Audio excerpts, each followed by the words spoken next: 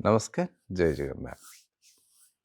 मु आज एपरी उपाय कहबी नवग्रह को आपण शांत करें एवं धनर कामना आपणकर पूरण हो सामाजिक प्रतिष्ठार जदि कामना कर पूरण हो कम कर जो मैंने सफलता मिलूनी से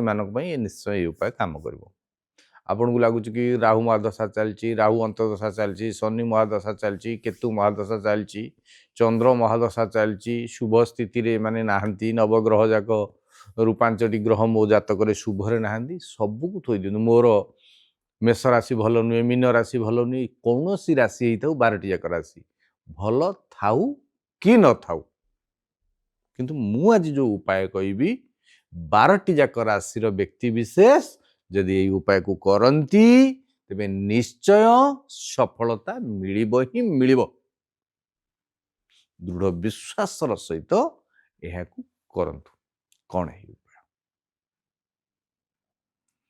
यही उपाय एते सुंदर उपाय जे आपन को करिया पई मध्य कोनोसी कष्ट हो शुक्ल पक्ष गुरुवार दिन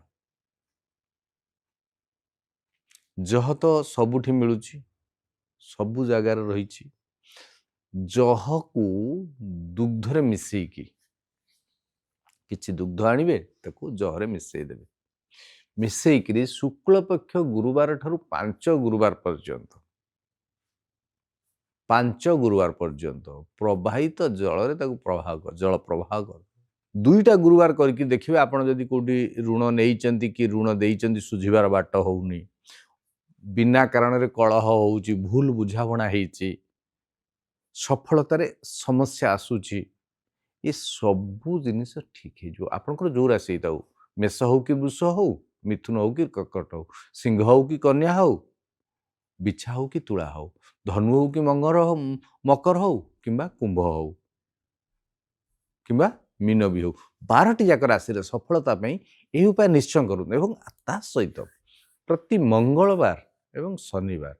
अस्वस्थ गछ मूल पिंपुड़ी उद्देश्य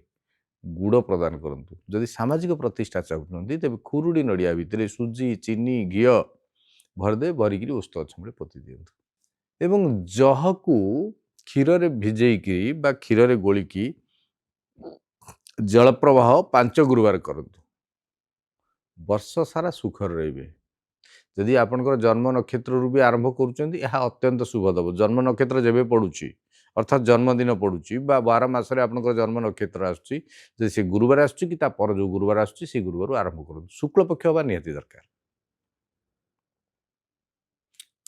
तेबे आपण को सफलता ही सफलता मिल करंतु ये उपाय रुहंतु खुशी रे कौन सी ग्रह अशुभ थिले शुभत्व परिणत हो आपड़ जो परिश्रम करुँच दुख कष्ट करते जंत्रणा सहीकि करुँच आपड़ भावुं मत सफलता मिलूनी करंतु निश्चय सफलता मिल जय जगन्नाथ नमस्कार।